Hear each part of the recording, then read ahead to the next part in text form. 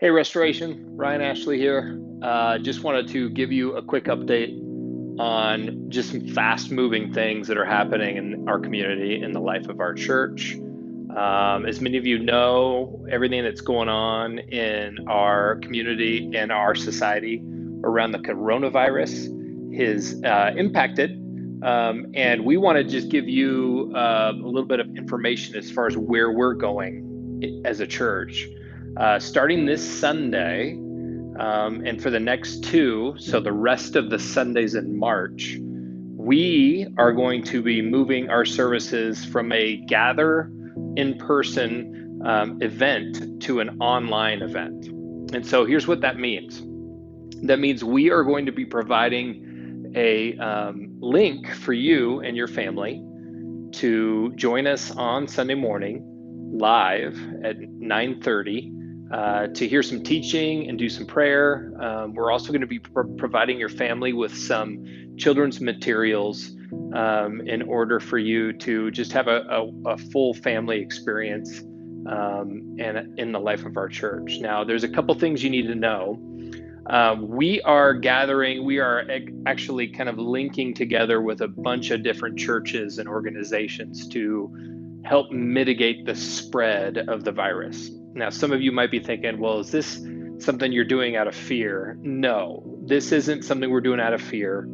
The virus itself, especially for many of us, won't have a tremendous impact on us as a healthy person or someone who's younger, but it will have an effect on people who are older or maybe dealing with other health complications. And so, this isn't an issue of fear that we're doing this. This is actually an issue of love. And what we're trying to do, as we've shared in our letter, is to flatten the curve of the spread of the coronavirus.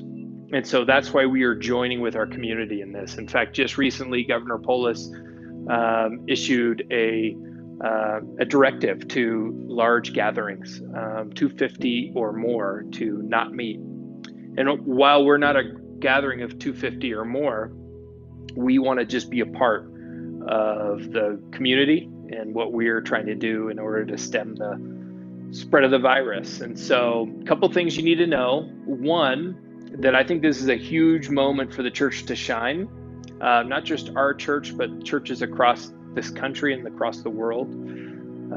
Sociologists, Rodney Stark actually did an exploration into what it looked like for the early Christians to deal with the plague. And in 165 AD and 251 AD, there was two separate plagues. And Christians saw this as an opportunity not only to extend hope, but to care for people because they knew where their hope was. And although the coronavirus is nowhere near as deadly as the plague, it's an opportunity for us to link with our community, to show love, and to reach out in new ways. I also think that this is an opportunity for our culture and our world to reset. With sports not happening and with a lot of things that distract us and divide us, this could be a great opportunity for our world and our community to actually come together and to reset. For some of you who have been practicing solitude or have been looking at ways for your following of Jesus to go to the next step, we have a bunch of practices on our website, and we'd encourage you to take advantage of that in this time. We've included in a letter to you that there's an email that you can reach out if you need something, or if you know of anybody who needs help, and ways that we as a church can come alongside someone financially or with meals or any other practical ways. Ultimately, Restoration, I think this is a huge opportunity for us. And I'm actually really excited about it. That might sound sick and weird, but I'm really happy for this opportunity for us to practice some tangible things in community. We're not saying don't get together and have some friends over and things like that. I think that's really important, but obviously be careful and think through that. But what we're saying that this is an opportunity for our church to do some things and to be the church in ways that normal life doesn't really offer. And so we're really excited.